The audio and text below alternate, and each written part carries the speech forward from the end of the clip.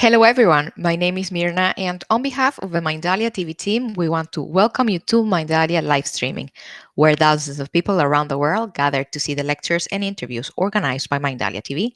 Today with us, Angel Rebo, CEO consultant, TV host, international public speaker, and president of the Wisdom for Kids Foundation, is going to be interviewing Kimberly Clark. She is an author and public speaker, and Angel is with, again, as every Wednesday, Brad and Casey Wallis. They are the founders of Expand with Julius. We're going to have great fun today.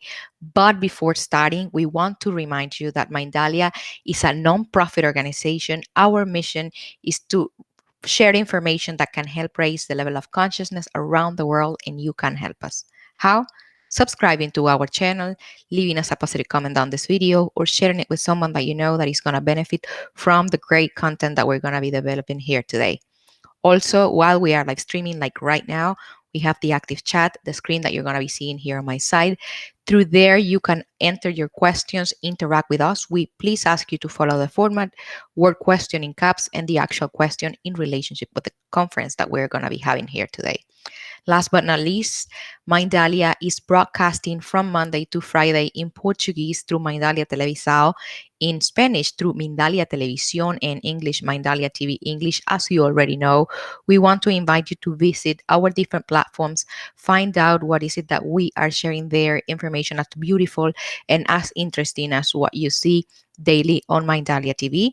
We also want to invite you to collaborate with us with your own valuable content. And for that, you can go to our website. On the top, you're going to be seeing a link that says collaborate with Mindalia, and that link is going to take you to a form that you can fill out for our technical team to contact you. And so you could be just like Kimberly, sharing valuable information through the different platforms and languages of Mindalia Televisión, Televisao, or TV English. I'm not going to delay this any further. I'm leaving you with Casey, Brad, and Angel, and of course, Ms. Kimberly Clark. Welcome to Mindalia live streaming. The screen is yours. Thank you. Thank you very much, Mirna, for the wonderful introduction. Thank you again, like every single Wednesday, to Brad and Casey Wallis. It's a pleasure to have you again with us today. How are you? Oh, we're good. We're good. A little wind blown, but we're good. Awesome. We have to talk about wind later on today. Let's do this. And obviously, we are extremely thrilled to have with us today Kimberly. Kimberly, thank you very much for accepting our invitation to be here with us and with our audience on Mindalia TV. Well, you're certainly welcome. Could I just tweak this a little bit, though? My full name is Kimberly Clark Sharp. So in honor of my husband and family, and the reason I like all three names and there's no hyphen is that I just want people to find me after the show if they have more questions or if there's anything I can do to be of service. So you can find me under Kimberly Clark Sharp on the internet. Very good. Awesome. Call. Yes. Thank you.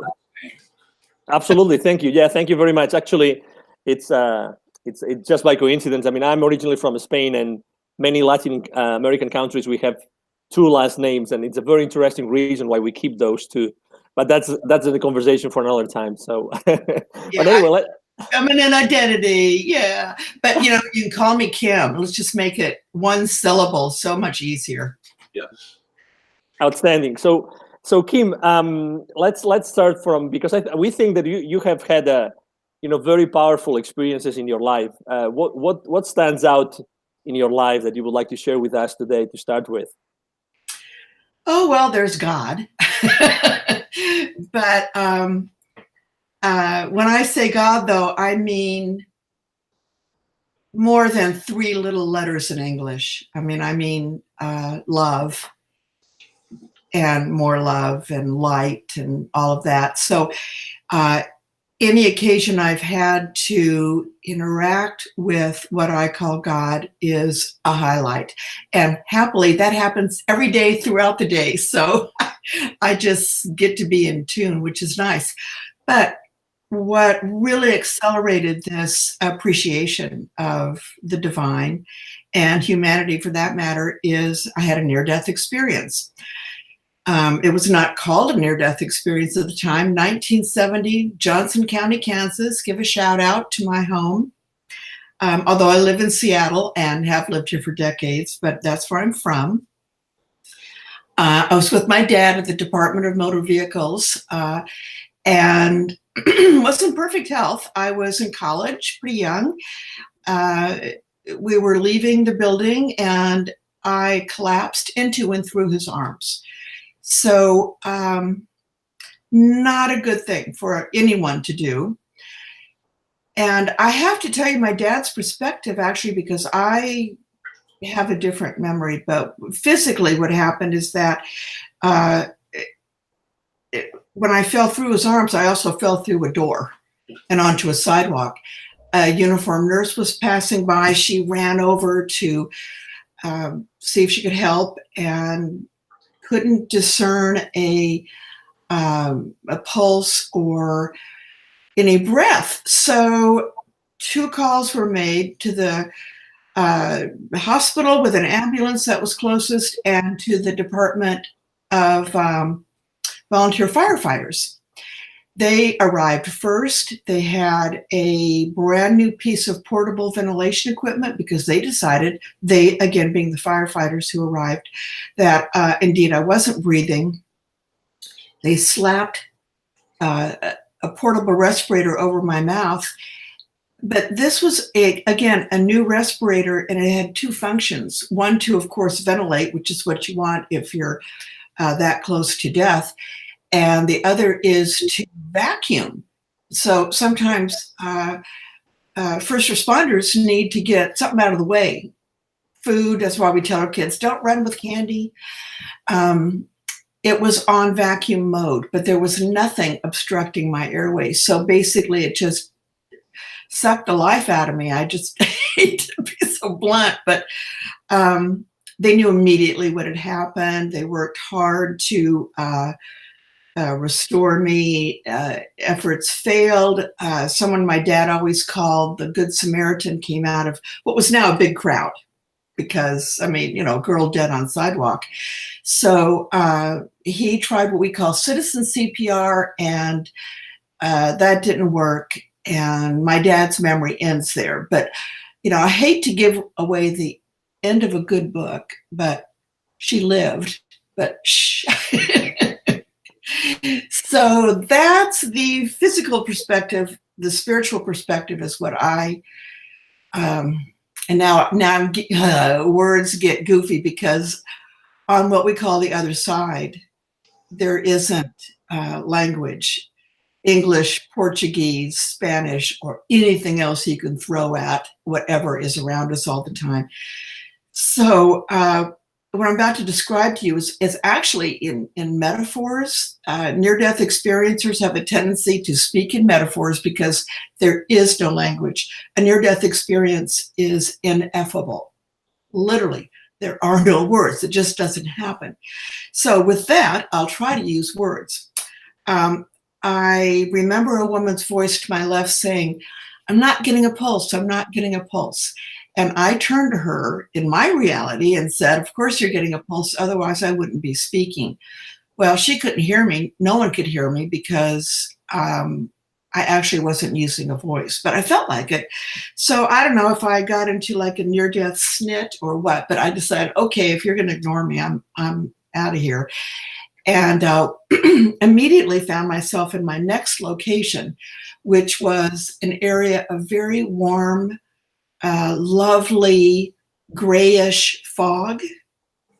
And I knew I wasn't alone, but I couldn't see because of this fog. But I knew there were other presences. And I also knew that I was waiting for something that was going to show up. Again, with a metaphor, it was like I had my airline ticket in my hand, and I'd already checked in my luggage, and now I'm at the gate. I've gone through TSA, yay. And I was waiting comfortably. And then what I was waiting for showed up, which is a light, love, of God. Again, words, I don't mean that religiously either. I mean that, again, in ways that Brad's nodding. I mean, hi. You know what I mean? It's again, back to ineffable, but this light was brighter than 1,000,000 suns. And it didn't blind me, but it should have, because I could see, yet I didn't have eyeballs. I wasn't physical.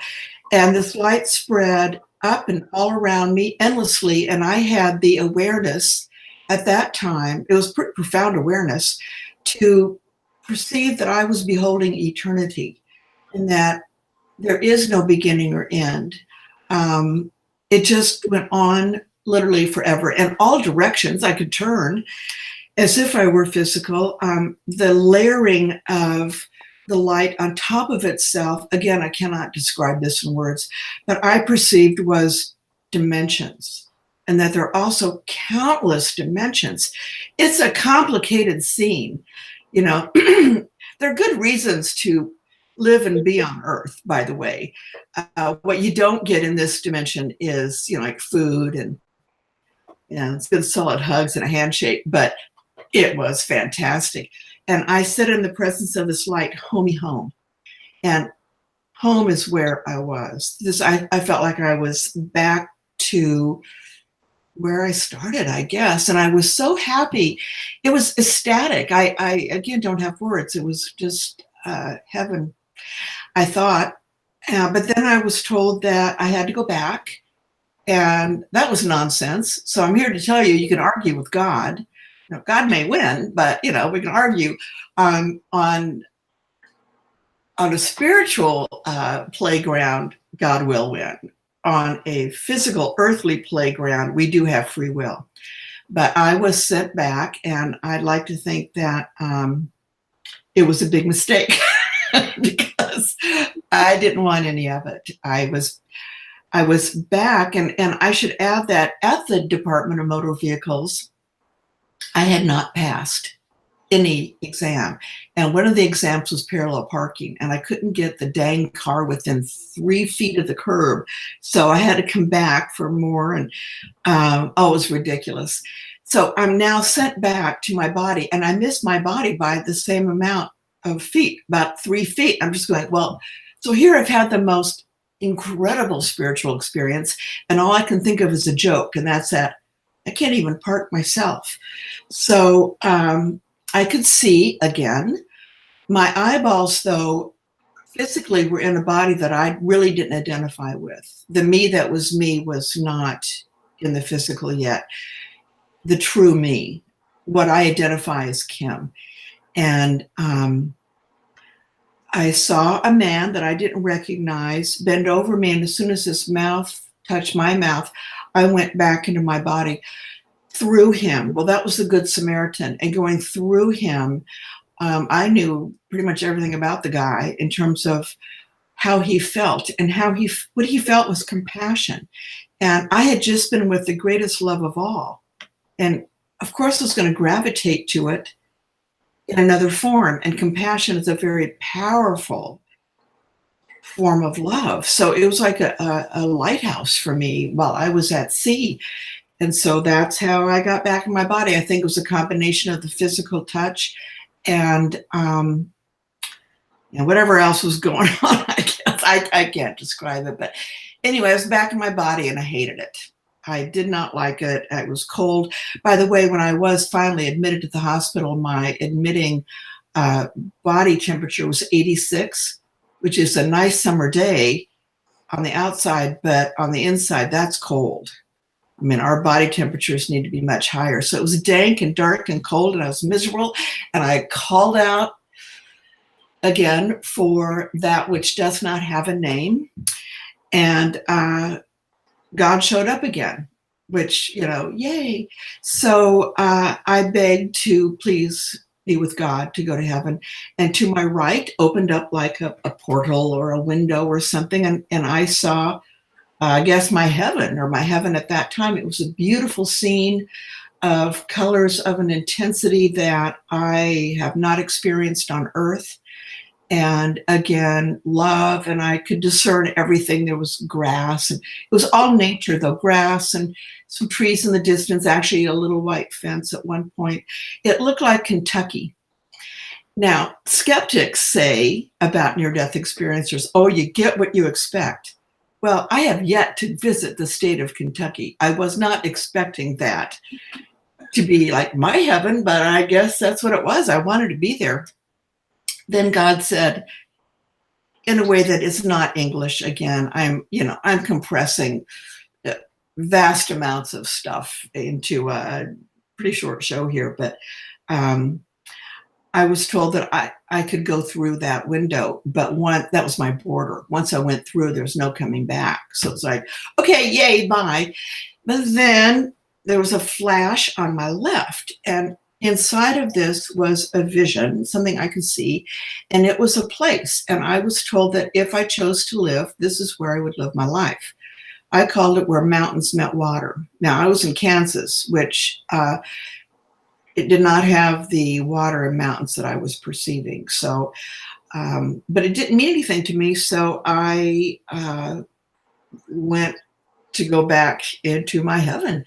And then there was another flash of light, and inside were like portraits, which I remember as having captions in English that I could read. And it was like a gallery of total strangers. And I was told that if, again, I chose to live, these people would have significance in my life. Again, I didn't know them. I wanted to go to heaven. So off I started again. And then there was another flash, and it was me being of service. And that had never occurred to me before. And I said something in my brain like, cool. And I was back. I would like to think I was tricked. I was just giving an editorial opinion, but it was considered a choice. And at this point in my life, I'm glad that it was considered a choice, because I've had the opportunity to be of service since that time, and have done so as a social worker, working in the field of death and dying, in hospital settings of various stripes, and have now co-founded a group in 1982. So doing the math, that's been 36 years ago, a group called the Seattle International Association for Near-Death Studies, or Seattle IONS, which is an offshoot of something that every listener should go to right now. Turn me off. No, don't. But anyway, the International Association for Near-Death Studies, or IONS.org, is like home base on the subject of near-death experiences, or NDE. So with that organization under me, we started a support group that's still going strong in Seattle, and I still get to be a social worker. I still get to help other people and calm and comfort and love. Well, thank you. When you had your experience of extraordinary expansion, and you unleashed your emotional capacity during that experience as a non-physical existence, the emotional capacity is unleashed. For we support, Master, that your soul is the emotional processor of thought. And so the experience becomes so massively expansive, it allows you the opportunity for true knowing of self, which is extraordinary and joyous, and making the decision to return to some of the limited perspective of the physical realm, where you're able to capture and hold your expansive emotional capacity once returning here, which shifts everything about this experience, your recognition, your availability, your abilities, and your extraordinaries. Were you able to recognize that as part of what you received and what you were able to hold and bring back here is your emotional capacity? No. I thought I was crazy.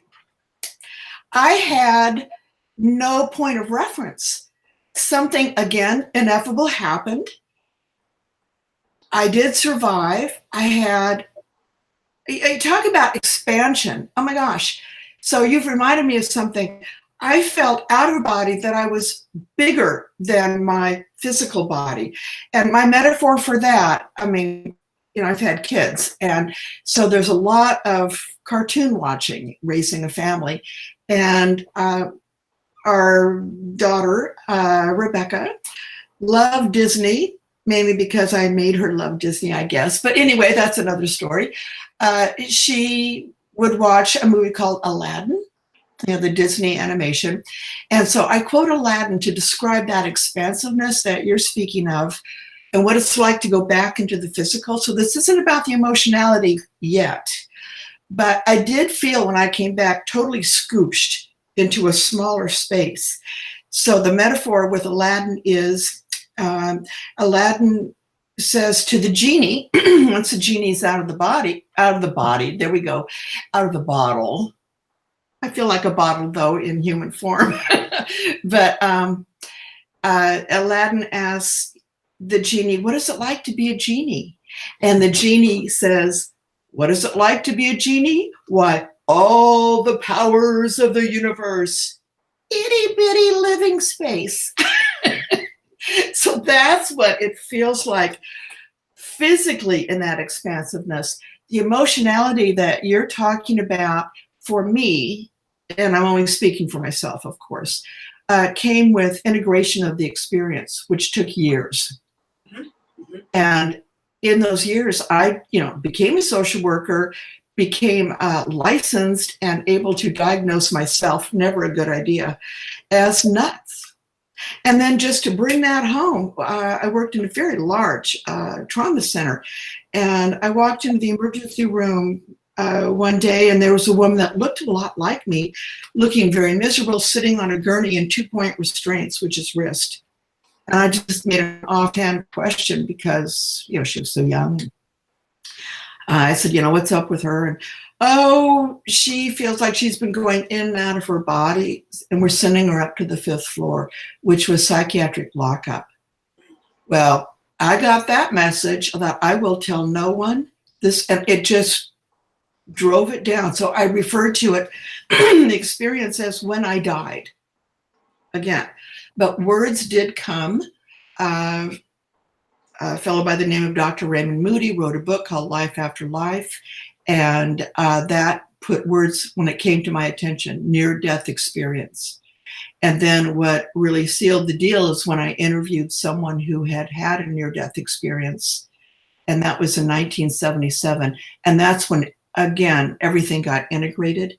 And it was a woman who, while being resuscitated, spotted a shoe on a ledge in a different part of the hospital where I worked. And she did live too. She was successfully resuscitated. I happened to watch the resuscitation on the coronary care unit because that was my home base. And among other things that she perceived was a shoe, a tennis shoe. And I should say her body was on the 2nd floor on the north end of this hospital, and she was tied up to a whole lot of tubes and electrical things. I mean, she wasn't up walking around at all. She'd come in after a massive heart attack and had not been outside. In fact, had never been to Seattle before. Was admitted at night. The shoe that she found while out of body was, she thought, 3 or 4 stories above the ground. And the nurse taking care of her was concerned. Her name was Maria. She has a name, Hispanic. And she was concerned Maria would go back into cardiac arrest because she was so stressed, couldn't find an interpreter. I have un poco español from high school. So I did my best to communicate and figure out she wasn't upset. She was excited because she knew the shoe was out there. She just didn't know the hospital well enough to pinpoint it.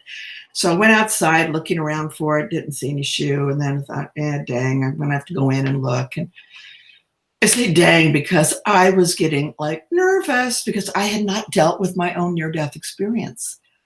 And so this was getting familiar, out of body, seeing things. If I'm crazy, then does that mean Maria would be crazy? But I knew she wasn't because I'd already done her evaluation. So I went inside, and on the 3rd floor on the west side of the building, I looked down on a ledge, and there was, as Maria had described, a large dark blue tennis shoe. She had also said that there was a scuff mark on the outside of the toe. It was a left shoe, must have been, because she was, things I think of, having told the story many times, but yeah, it would have to be a left shoe because she could see little scuff marks on the outside. And then she said, and there was a white lace that went under the heel. So should I get this shoe confused with any other large dark blue shoes on a ledge in the hospital, I was to look for the scuffed little toe area and the white lace going under the shoe.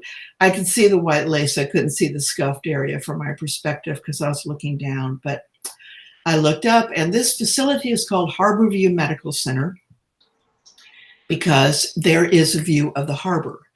Puget Sound, Elliott Bay in Seattle. It's a beautiful view with mountains in the background. And at that time, only one building, a little more than half a mile away, that was tall enough. And all I could think of in my last grasp of, am I going to embrace this or reject it, was that Maria maybe had gotten access to that building. It's called Smith Tower. Had binoculars or a telescope, turned her vision to this hospital behind her, saw a shoe on the ledge and thought, oh, well, should I have a massive heart attack and get admitted to that hospital, I'm going to fool everybody and tell them that I saw a shoe while out of body. Well, that was impossible. And that was all I had. And so at that point, it was my watershed moment. I was so shocked, I couldn't support my body weight. And so my knees buckled and I bonked my head against the glass. And there was a time, ever so briefly, but I remember it like it just happened, where out loud I said, this happened to me. And I could see the moisture from my breath for a moment fogging the glass. And that was it. I reached for the shoe, and the rest is history, because I decided, well, there's 2 of us and it's real. And I began to ask everybody post-resuscitation who lived what they remembered. And it was another couple of months before I did find someone. It was a 16-year-old girl, suicide attempt. It was with her oompa. Her oompa was her deceased grandfather. She couldn't say grandpa when he died. And here was now a kid and a suicide attempt. There was no hellfire and brimstone. Again, there was only love. And greeted by her grandpa, he did give her what for and said, you got to get back in the game, kiddo. You're not done. And she had a wonderful time with him. There was no punishment or, anything horrible that was going to happen to her. She too devoted herself to service. And until she aged out of it, she went around to area high schools telling kids, don't hurt yourself. Live life. Live it fully until your natural end. And because she was a 16-year-old, she held their attention. So it's all good. I mean, to come back from such a situation isn't a fearful thing. It's a wonderful thing. I love being back to life, and I don't mind thinking about going home again too. It's going to happen anyway. So I figure out some good times while I'm waiting. And my good times are helping people. Beautiful. Well, there might be wine involved, but what a beautiful story. And I see Brad smiling all the time. How does that relate to you, Brad? What comes to your mind right now? I can understand how the language barrier of the other side. I try to explain to people all the time that there is no language on the other side. It's just it's how you feel. Yeah. It's your feelings. And the problem is the human language is so fear-based, and it just doesn't let you, there aren't enough words in the human language to explain everything. And the words that you use to try to explain certain things they're incomplete. Words separated you. Words separated you once they were developed, and they were intended to do that.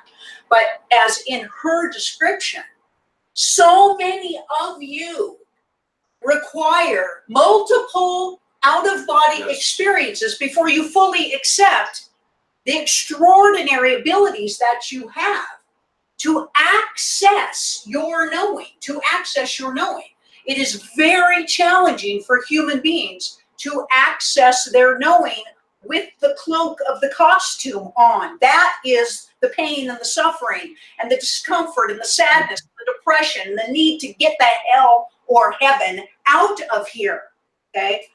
Once accessing your knowing, you can't believe it. You can't believe it. There can't be that much. It can't be that much of a differentiation.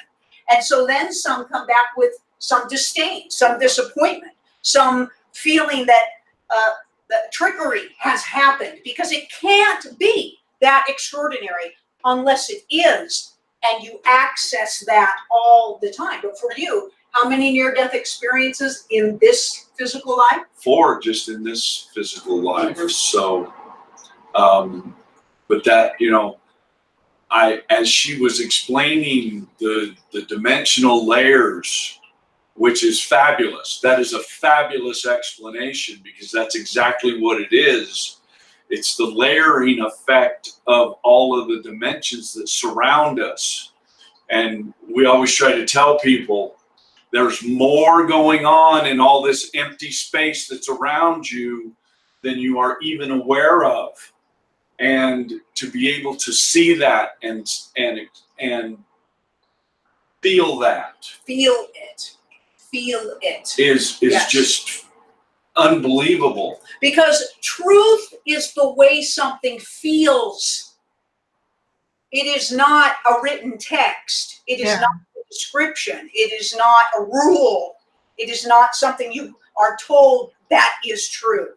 It's the way it feels to you, to honor all truth of existence. And even coming to that open-minded state unleashes some of the limitation on this realm. Do you agree?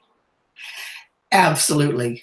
I mean, I can't do anything but agree. But I Brad, 4 near-death experiences. Honey, we got to talk. It's all good. Yeah, I know it is. I've had other experiences as well. Did it without being close to death, but just really every bit as powerful. But it's what I call, like, I think people who have near-death experiences, we might have just needed to be hit with a bigger stick. That's exactly.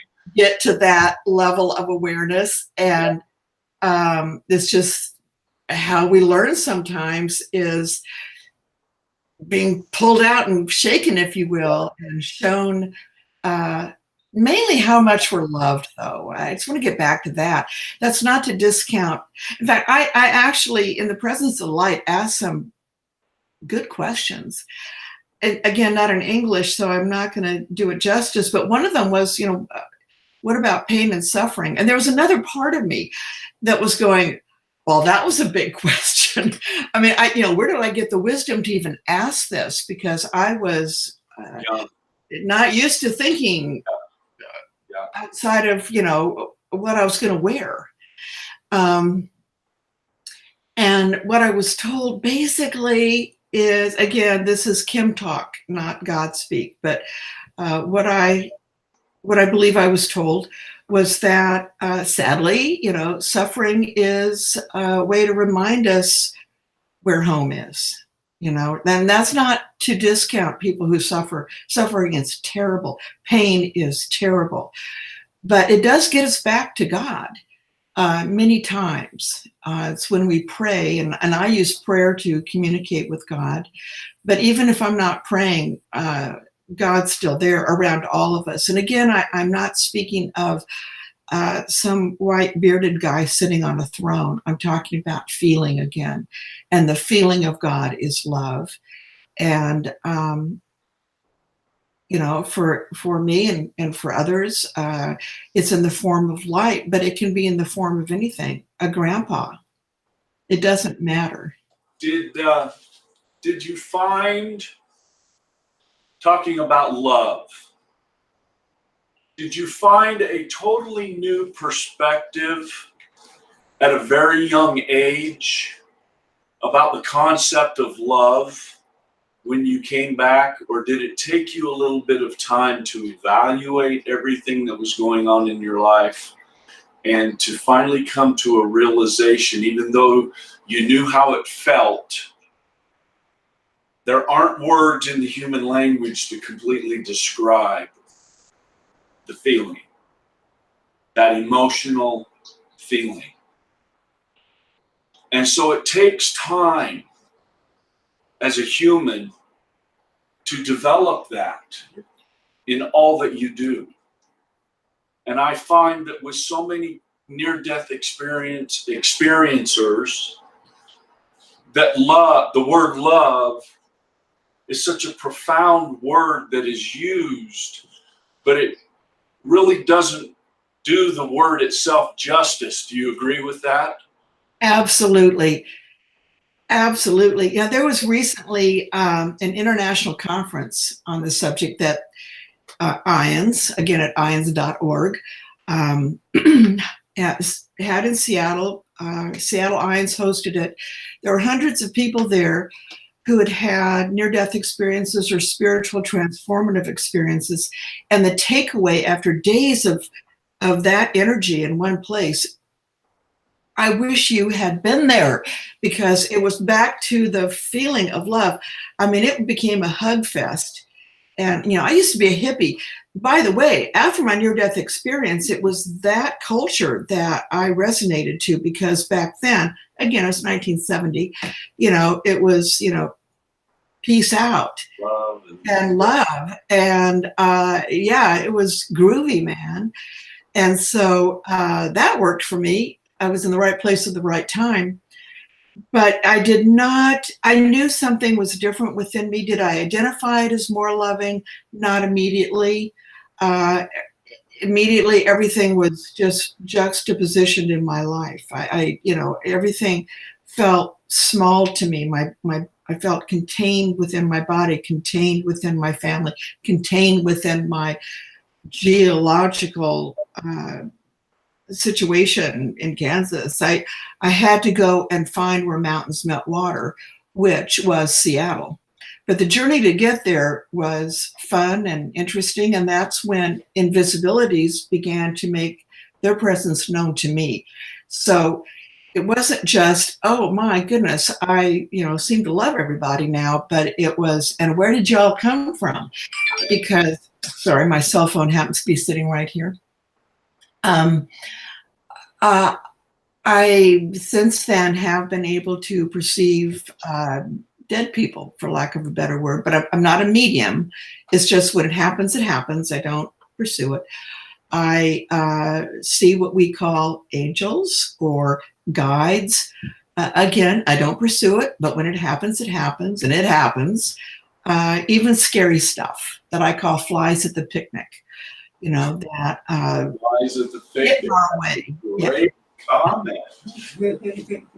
Yeah. So with the metaphors, but that's all I've got. Yeah. Kim, let me ask you something, Kim, and it's something that actually Casey referred to. Would you say that you discovered maybe some power, or would you say it's the power of the human beings we have here that maybe we don't use enough? I think everybody's got this ability. Absolutely everybody. It's just that, I think if we remembered everything about our eternal soul and all of the experiences we've had, and actually had everyday interaction with all that some of us can perceive, that we bail. We wouldn't want to be alive. We need to be, again, speaking for myself, I need to know my zip code. I need to make my grocery list. If I see an angel, what we call an angel, I come to a screeching halt. I am completely gobsmacked. I can't function. It's so incredible. Or any disembodied friendly spirit. It's just like, oh my gosh, it's real and it's wonderful. But those are distractions from the purpose of what I felt I was sent back, and that is to serve others. And I want to stay on that focus. Now, if my husband were right here, he'd say, you know, serve me breakfast, but that's not that's not what I'm talking about. I just mean it gets back to the love and the feeling and caring for other people. And it's very easy to get distracted with invisibilities, is what I call them, even though I love the guidance that I can hear and sometimes see. It's just heaven on earth for me, anyway. What would you say to people that fears death? Get over it. It's going to happen. We will stop breathing. I've interviewed countless near-death experiencers, and I've never interviewed a corpse. So it will be happening, but the reason I would like to say fear not is that which this is great for the ego, again, speaking for myself, but that which I identified as Kim, at least in this threshold experience, was very much there. My identity was greater than in the physical. So, and what often frightens people about death is losing themselves, losing their sense of self. We take our sense of self. We also take love, back to that emotion. It's almost like how we're weighed in, and we're greeted by very often, like in my research, 75% of the people I've interviewed have encountered deceased loved ones. Sometimes those deceased loved ones have fur and 4 legs, or feathers, or even fins or hooves, but it's love that greets us, and then we begin to remember, oh, this is where I'm really from. The costume, I think you called it, that we're wearing is really important while we're wearing it, and we need to take good care of it. But when we die, it's sad for those we leave behind, but not for we who are making the transition. It really is going home. I promise people, all will be well. I promise. But we all have our paths to acceptance and to growth. And so I try not to get too preachy, because someone else may have a very different path. And fear, this is a fear-based existence. We're afraid of all kinds of things, the dark, a drunk driver, the big bill that's coming because I overspent. I mean, whatever. Fear and anxiety is present here, but we can rise above it. And the big fear, really, for most people I hang with, would be death. But yet, there's much in life to experience that in religions or outside of religions, just in the general field of spirituality, that can calm, support, and provide hope. And so whatever path people take to reach those goals, at least by the end of their life, then yay, I support it. Do people ask you ever, Kim, what's the sense of of being here? What are we doing here? I mean, what should we? I mean, with these additional powers that you might have, what do you think? What are your words of wisdom, Kim? Do people ask you that? Yes, they do. Yeah, I get asked 2 questions. Basically, why are we here? Which really is cloaking the question, what is the meaning of life? That's the question behind the question. And the other is about reincarnation. Those questions get asked a lot of me. So to answer the first one, I don't know. I really don't. I mean, the wisest thing I can say is I don't know, because again, we're all on different paths. But I interviewed a child who had a near-death experience and was in a heavenly realm, and I'd love to have another opportunity to be on the show to even tell that story. I have so many stories. But anyway, he was being led back to life by his angel, and they were holding hands, and they were inside a building of light. and there was a door, and bang, bang, bang, bang, bang on the door, really noisy. And this little kid kind of drug his spiritual feet and said, well, what's that about? And the angel kind of dismissively said, oh, that's just people, banging on the door, trying to get born. It's going to happen, but they're just really eager. So for reasons that I don't understand, because I am not the creator, except for, my own reality right here, is that our souls chose to live, to fulfill something within us that needs to be filled. And I call that education. I believe that Earth is school. I think it's a hard knock school. I think it's tough. I think the bravest souls come here. And I think the bravest souls do suffer here. But then also the bravest souls who suffer here can turn around and inspire other people who are suffering. So it's not only an opportunity to learn and grow, but then to do something with it. Because if we don't do something with our positive experiences, well, then we're just a drag on humanity, So I believe that we want to be born and that we make careful choices about to whom and where and when. I think it's really complicated, but yet so simple. And I have recently picked up a new phrase on a PowerPoint, and the phrase is, if you're not dead yet, you're not done yet. So if you're still breathing, you're not done yet with whatever you contracted with your creator or with your higher self or your soul or whatever, or your soul group, because I believe we come from neighborhoods where we kind of travel through existence together, kind of shoring each other up. So where am I? I'm just off now into my own memories, but I do believe that Earth, our existence, is school. Many near-death experiences perceive it that way, and I don't know about y'all, but school for me was not always easy. I had some really challenging courses. I flunked more than once. By the way, that's what I kind of thought of when I was sent back to life about heaven. It's like, wait, did I flunk heaven? I mean, I was in school still, so I had that on my mind. But yeah, I think that's why we're born, and that it was a careful decision, no matter how, and that we have fulfilled our purpose. Even if we're born, take no breath. That soul has fulfilled a purpose that we might not be able to perceive. But again, if you're not dead yet, you're not done yet. So put one foot in front of the other and a smile on your face and open arms and hug, because again, the hugs are here. That's what these arms are for. That's what this beating heart is for. This what is our mind is for in terms of perception of others. Love everybody, be kind to everybody. You'll have a happy life, even in the worst of circumstances.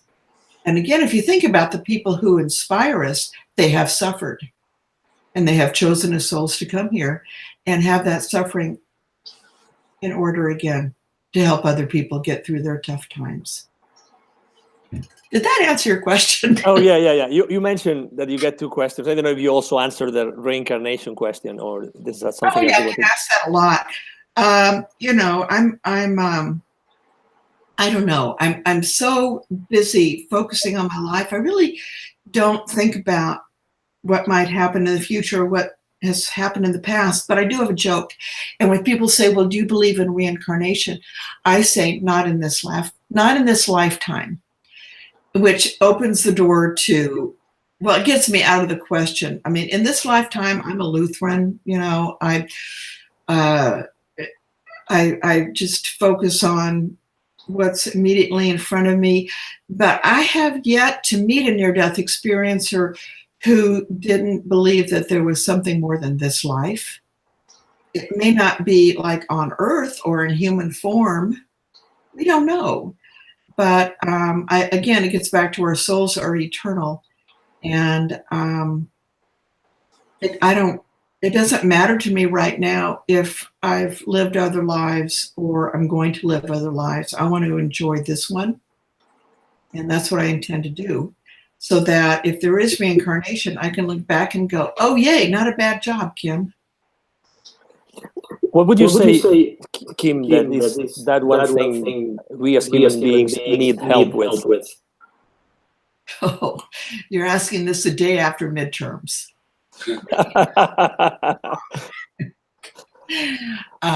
Yeah, we need big hearts worldwide. It gets back to the Good Samaritan who gave me citizen CPR when I was drawn to that form of love, which was compassion. Compassion is a huge aspect of love.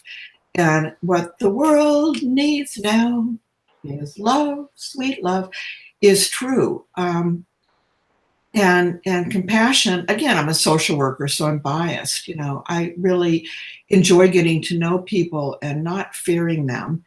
And so I think we need a lot less fear and a lot more compassion in the world. And we're each capable of bringing that to the table of life. And so I say, let's do it. Awesome.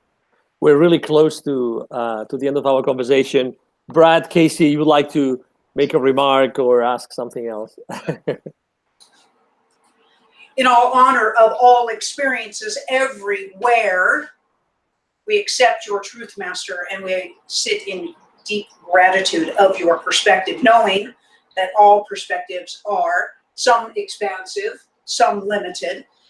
As you take all of your experiences and know that there is always more beyond possibilities of even perhaps what you can perceive in this moment of now and looking forward to all that is to come. As we provide this programming, we hope we inspire that in all others. There is always more. You are more than you perceive yourself to be, and we hope that you find extraordinary, expansive joy in that truth. Excellent. Kim, would you remind us, please, and Mindalia TV's audience of where can they find you? I am happy to give you this is going to make me a dinosaur. I have an AOL email account. That's good. That's good. But I can be found at KIMNDE@AOL.com, or in a book called After the Light, which my husband has subtitled Kimmy Unzipped. But anyway, I wrote a book that's still out there that has this and a jillion other stories in it. But you mentioned something that I want to underscore before we go, and that is gratitude. Because along with compassion and what the world needs now is gratitude, to be thankful for everything. It opens doors, genuinely thankful. And I'm genuinely thankful to have had this time with you. It's been wonderful. And I'm going to miss you when the program ends. As will we, right?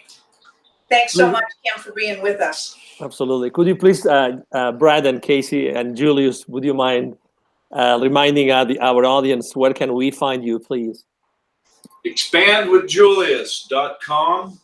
And if you've had a near-death experience and you'd like to possibly be a guest on the show, contact support at Expand with Julius, and we will get you all set up. Excellent. Thank you. Kim, it's been an amazing conversation. I mean, I'm really speechless. I think that Brad and Casey feel very, very much the same way. It's been unbelievable. Thank you so much for everything you shared and for everything that you do every single day to awake us, really. I mean, thank you. Thank you so much. Well, thank you for spending time with me too. God bless you. Thank you. God bless you. And Brad and Casey, thank you very much for being with us again today. Amazing experience. Thank you so much, Julius, for inspiring us every single day. And for everybody here at Mindalia TV, this is Angel Rebo. Thank you very much for being with us today, and hope to see you soon. Have a good day. Bye-bye.